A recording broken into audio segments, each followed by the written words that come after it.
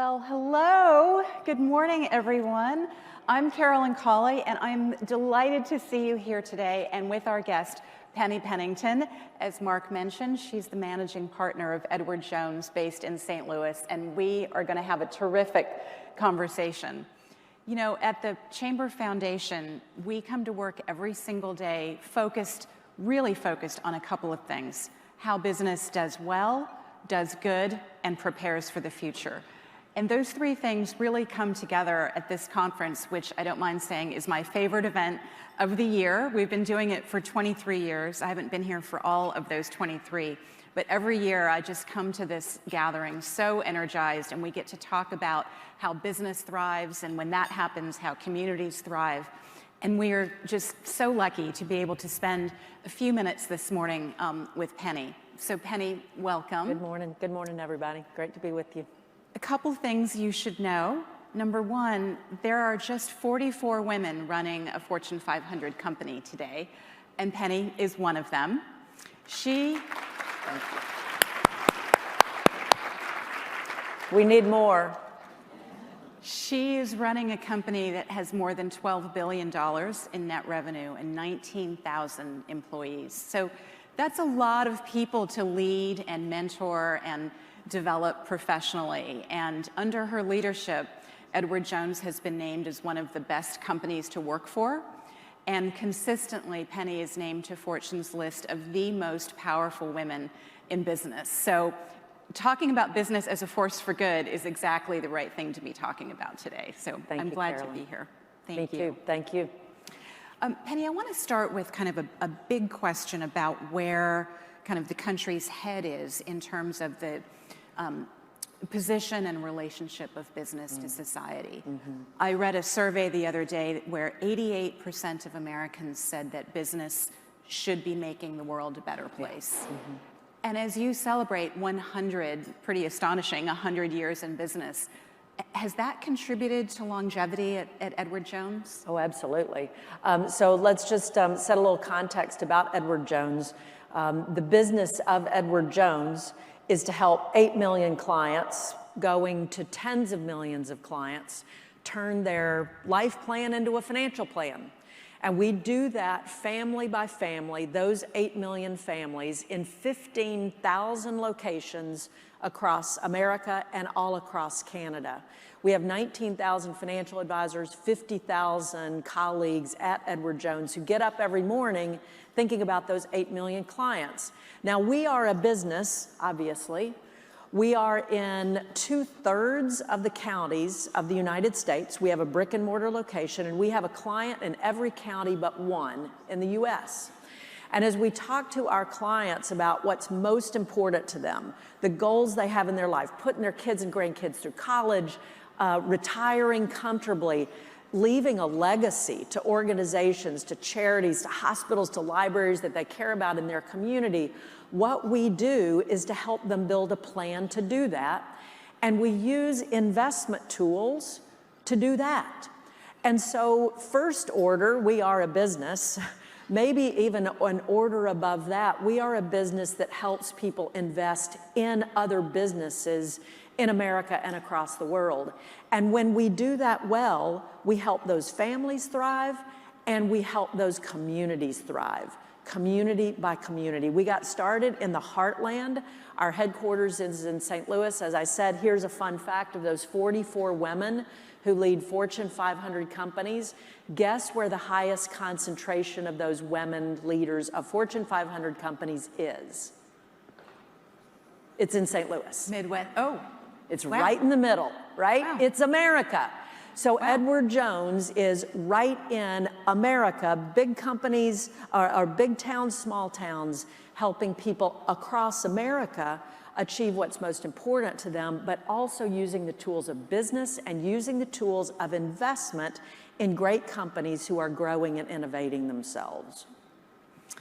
I love what you said about helping everyday families invest in companies. You know, in these economic times, is trust really high in free enterprise and capitalism and the capital markets? Is that something that you're investing in every day, trust? Yeah. So let's talk about that for just a second, because it really is a conversation that's very ripe for us to lean in on. So Mark said it, Carolyn, you said it just a second ago. Business is the most trusted institution versus government, media, and NGOs. The Edelman Trust Barometer that's just come out says that business is more highly trusted than those other institutions. At the very beginning of the pandemic, it was interesting, government was the most trusted institution at the very beginning of the pandemic. That shifted pretty quickly. In the middle of 2020 or so, it shifted to business. And the insight was that it shifted to business because consumers were seeing companies who were helping them shift the way they were living their lives and getting goods, and workers were seeing their employers take care of them.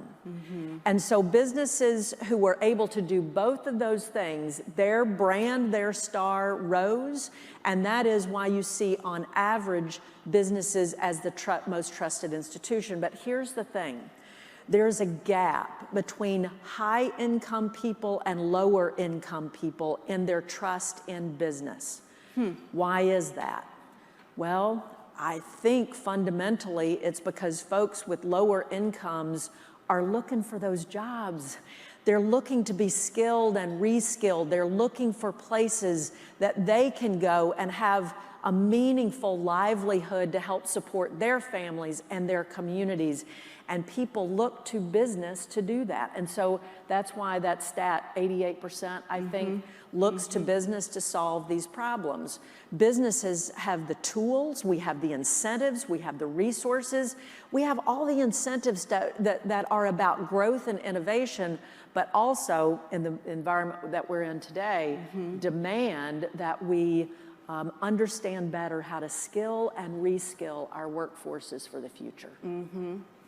You know, you're talking to a room full of CSR professionals and executives, and you know, we talked backstage about the changing demands and the expectations of business. It just seems like it's whiplash every day, new problems that business is being called on to solve. How do you maintain purpose and clarity around that and not sort of go with the wind of the day? What is it about the DNA of a company like yours? Well, I'll say a couple things about that. The first thing is that we took a minute over the past couple of years to make what was implied about our purpose and our big why as a company, make it explicit. Colloquially, we have said for decades that our why is to leave people and places better than we found them. And as I described that we're everywhere, we really take that to heart. Every community, family by family, community by community.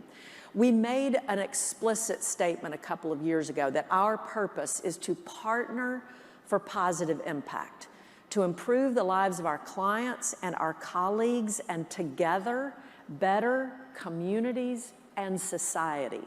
And we said society because at our hyper-locality, when we kind of roll up that ethos and closing the gap between intention and impact, and this is really important, closing the gap between intention and impact, then we know that we can make that purpose statement real. We can make it authentic. And so it was very important that we made that purpose statement explicit.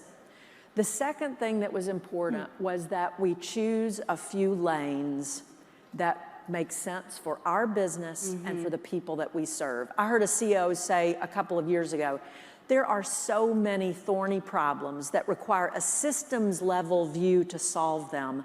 Just pick one. If everybody picks one or two and then partners, and this is why that word is so important for us, we don't want to go it alone. And I don't think business can necessarily go it alone. Business, NGOs, government, policymakers, legislators, we've all got to be in the room together.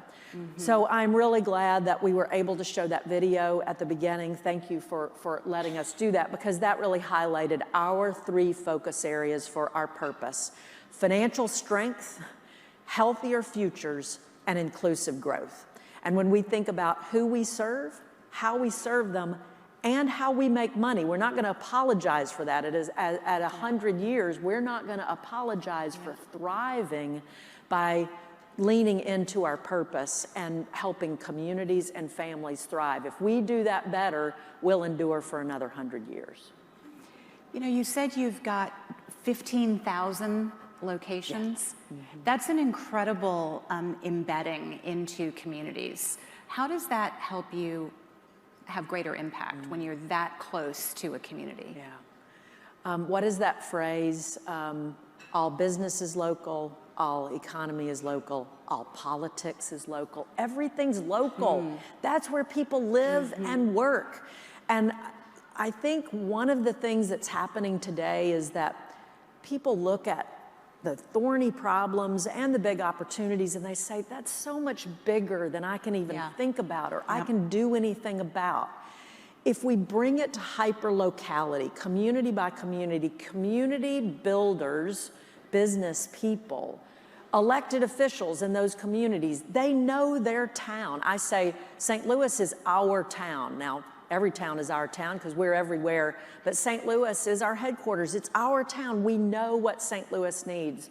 Carolyn, you and I were talking earlier, and a phrase that I learned from a community builder recently was, not about me, without me. And in community, we can convene people at tables about that size, and we can solve local problems in our community. We roll that up, we do that community by community, we make our country and our world a better place. There is so much innovation, there's so many good ideas. As we localize them and then regionalize and nationalize them and partner together, we can really solve some thorny problems. Does technology help with that? Does technology help you maintain humanity, or is it a challenge? Yeah. Human-centered technology that puts people first, and sometimes technology in the foreground, but often technology in the background, helps generate new solutions. It helps make things way more efficient. Now, it also crowds out some of the jobs that have been in place before, which is the demand to use technology in ways that are people first, but then upskill and reskill people so that they can use those technologies effectively to solve more problems. And I think this goes back to that data that I shared just a minute ago, this difference between trust and business for high-income earners and lower-income earners about how they want to learn about technology, use technology, and be employed by our businesses using technology in a human-centered way. You know, what I'm hearing from you is so much empathy for the people who work for you and the communities that you work in. And you've talked a lot about empathetic leadership. If you were to write a book on empathetic leadership, what would the first chapter be? What would you tell people about how to be the empathetic leader that we need today?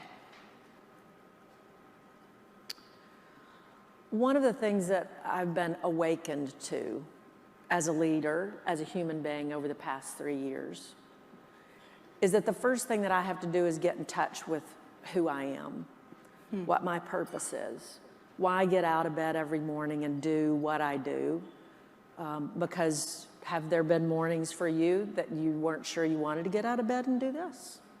Like, is there gonna be another grenade that's gonna go off in the middle of the table that I feel completely unprepared to deal with? And over the past 2 or 3 years, as our company has made more explicit what our purpose, our why is, I've taken the opportunity to do the same thing and asked all 50,000 of our colleagues to do the same thing, because that individual purpose unites us in our corporate purpose. And so I got to get in touch with who I am and why I believe what I believe. And then I have been awakened based on conversations that I've had with other people about who they are, what their purpose is, why they believe what they believe. There's energy in that. There's also big ahas in that. Like, I had no idea that was going on in my town.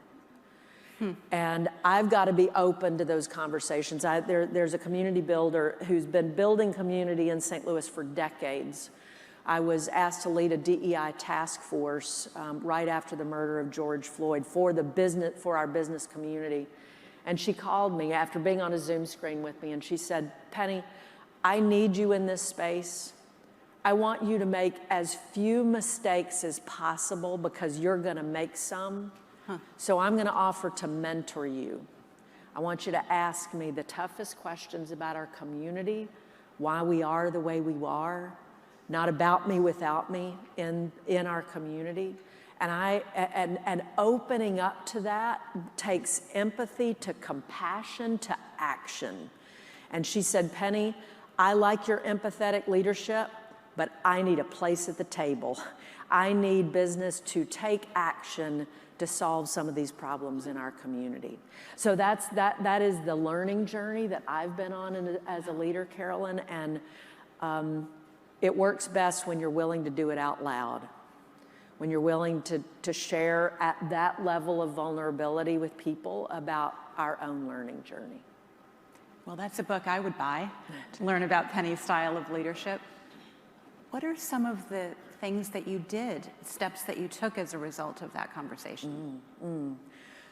Well, there were very personal steps about what I read, who I talked to, what I learned about our community in St. Louis, and what I learned more broadly about the community of people at Edward Jones, the conversations that I had, then the conversations that our company started to have. We initiated a program called Courageous Conversations in a very organic way, pre-pandemic.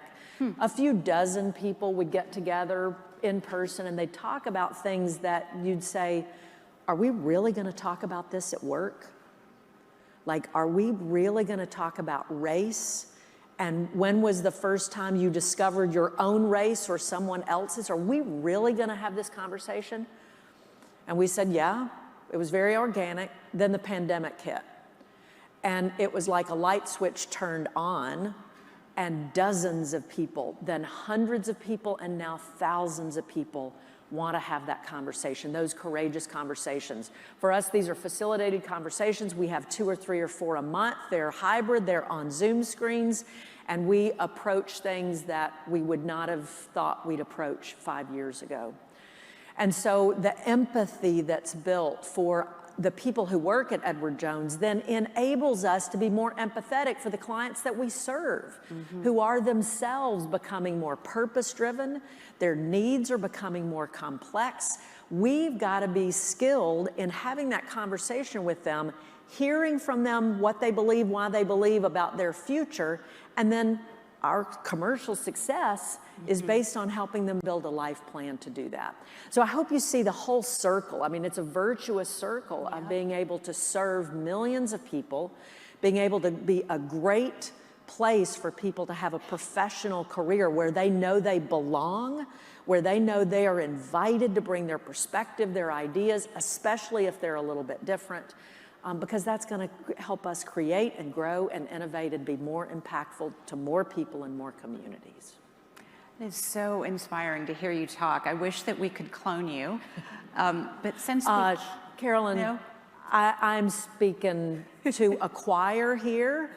We are of like mind. Yeah. I'm sorry to interrupt you, but it is our job to lean into this conversation. Yep. The opportunity that we have in front of us as a country, as community builders, we need to lean into that conversation. You know, absolutely. We started this conversation by sort of looking backward at 100 years. If we're looking forward now, what kind of leaders do you want to be developing, not only at Edward Jones, but are there certain qualities of leadership that are more important today and going forward that this room should know about and be planning on? Yeah. I was talking to someone who does executive level assessment, and she's been doing this for decades. I asked her what's different in the last 3 years. She said 2 things about executive level leadership: empathy and deeply appreciative articulated gratitude. I thought that was fascinating. Not being able to operate a business. I mean, that's sort of table stakes. It's empathy and the ability to turn empathy into action and innovation and growth. And this articulated, appreciative gratitude. I also heard something recently, the war for talent is over and talent won. And talented people want to be delivering value. They want to be appreciated. They want to be heard. They want a sense of belonging for bringing their very best selves and ideas to the table. That's the first thing that people are asking about today is how am I going to be able to use my skills and gifts to create value in this organization? Those are the kinds of leaders that I'm looking for. Purpose-driven, human-centered, and courageous. Wow, well, that is a great note to end on. I think if you hadn't seen all of the Edward Jones storefronts around, I'll tell you, I took a trip to the Midwest this past week to visit a child at college, knowing I'd be seeing Penny today. And everywhere I looked, there was another Edward Jones storefront. And so when you talk about being in communities, you weren't kidding. It's deeply felt and it's really seen. So thank you so much. I hope all of you will think of Penny when you see those and think about all of the financial advisors and the difference they're making. Thank you so much for being here today, and thank you, Penny. Such a pleasure. Really thank you for what you do. Thank you so much.